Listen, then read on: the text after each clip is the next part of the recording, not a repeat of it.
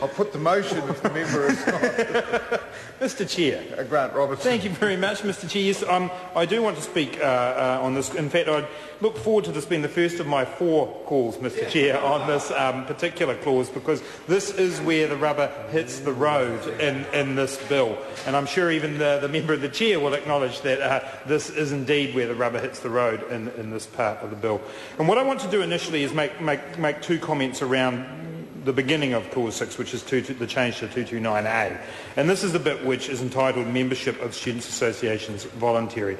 Now, we have said on numerous occasions in this debate, we fundamentally oppose this particular part of the bill. This is the bit of the bill that will destroy student associations. That is the evidence we have seen from Australia, and that is what will happen in New Zealand as well.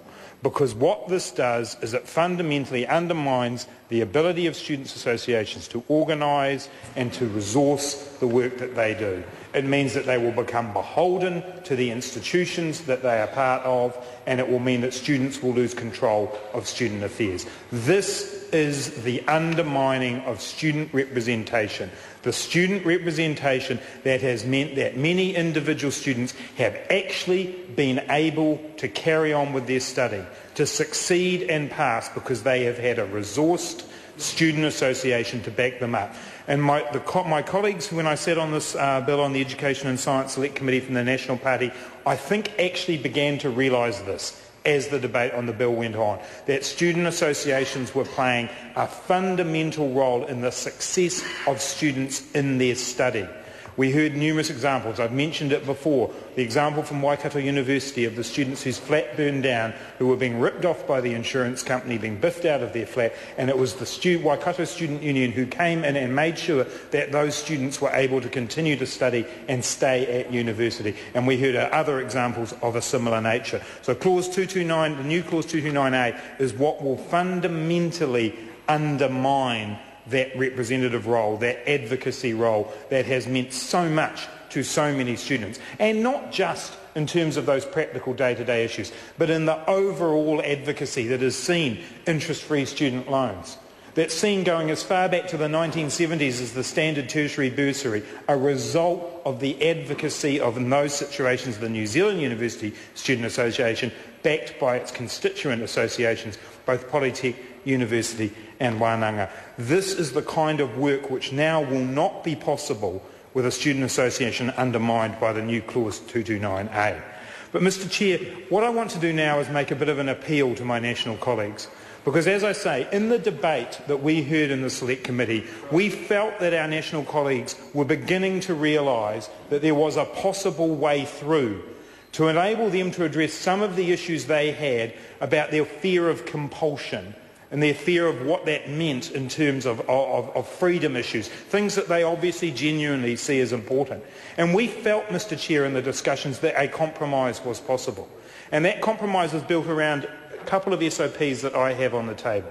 And one of those, Mr Chair, is around ensuring that if a decision is made to do what is in 229A, that it is only undertaken after a nationwide referendum of students. That it is only done after a nationwide referendum of students. And it's at this point, Mr Chair, that it's important to remember that what has been undone by Clause 229A here is in fact National Party policy. Because the compromise from the 1990s of the ability of students to call for referenda and go to a voluntary position was in fact the policy of the National Party, driven through by, of all people, Tau Henare, among others. But it was actually a policy that government, the Shipley government, or the Bolger-Shipley government, actually said, this is what we think is the right thing to do. And Mr Chair, they also did that at the end of a long submission process, where they had heard from the institutions, they had heard from the students, they had heard from the families of students, and said, actually, we don't want to ruin student associations. We want to address some of the issues that we've got around freedom and around against compulsion, and we're going to do that by putting in place the ability for students to call for a referendum, to give students, Mr Chair, some choice in actually whether there would be a student association. So that's what's been undone by the new Clause 229A. But we found, I think, in the Select Committee further compromise via the SOPs, and that in this case is to allow for a nationwide referendum. Mr Chair. Grant Roberts. Thank you, Mr Chair. So that is the first area, 229A, to add at the end of that only after a nationwide referendum of students on whether they want this. And why would the National Party oppose that? That is students making a choice. So of course, in principle, this side of the House, we oppose the bill. But having realised that our colleagues on the other side of the House in the committee wanted something different, we've gone looking for something that is a compromise. And I am making a plea tonight to the national members of the committee who sat through all of those submissions and heard overwhelmingly from students, from tertiary institutions, that they want to retain representative, well-resourced student associations. But above all, they want to retain some sense of student control and student choice. Here's the ability to do that in the amendments that we have to Clause 229A. I know that national members of that Select Committee want to look at these ideas, and I'm calling on them tonight to think about how they can make sure that student associations will continue and they can address some of the issues they've got, and that's what we're looking at in the amendment to 229A, Mr Chair.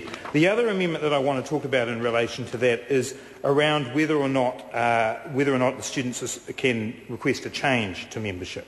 And obviously that's the situation that we've got at the moment. If 10% of students want to have a referendum, then there will be a referendum. And we've always felt that that was a reasonable number of students.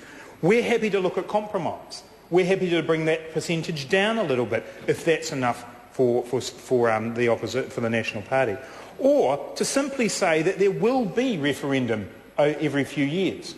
So if, for instance, students don't make the choice to put forward the idea for a referendum, if a number of years elapse, 5 years was a figure that I heard bandied around when we were in the Select Committee, then after that 5-year period there will automatically be a referendum. Now I stress, Mr Chair, this is not the preferred option of this side of the House. The preferred option of this side of the House is to continue to allow students to organise on their own terms. But we recognised during the Select Committee process there may need to be some room for movement so that we don't go down the path of destroying students' associations, because that is what the new 229A and the subsequent clauses will do. So there is an option on the table here in the SOP that I'm putting forward, Mr Chair, that I believe fulfils the desires of the National Party caucus to have some change but still allow student associations to succeed. And the opportunity is there tonight, Mr Chair, for the National Party to adopt those amendments. It will still mean a change, it will still mean things will be different for student associations, but what it will do is safeguard those vital representative roles, those vital advocacy roles, those student services that have made such a big difference to the health and well-being of students, which those members of the National Party members of the Education and Science Select Committee heard time and time again during the Select Committee process how vital those things were and how easily they would be undermined. And I know that the National Party members of that Select Committee knew that. And while Roger Douglas was there, it seemed that they were going to go with it. It seemed like they were going to go with it. And then some very unfortunate shenanigans in the ACT Party saw Heather Roy return to the committee, and mysteriously the National Party members' enthusiasm for some form of compromise waned.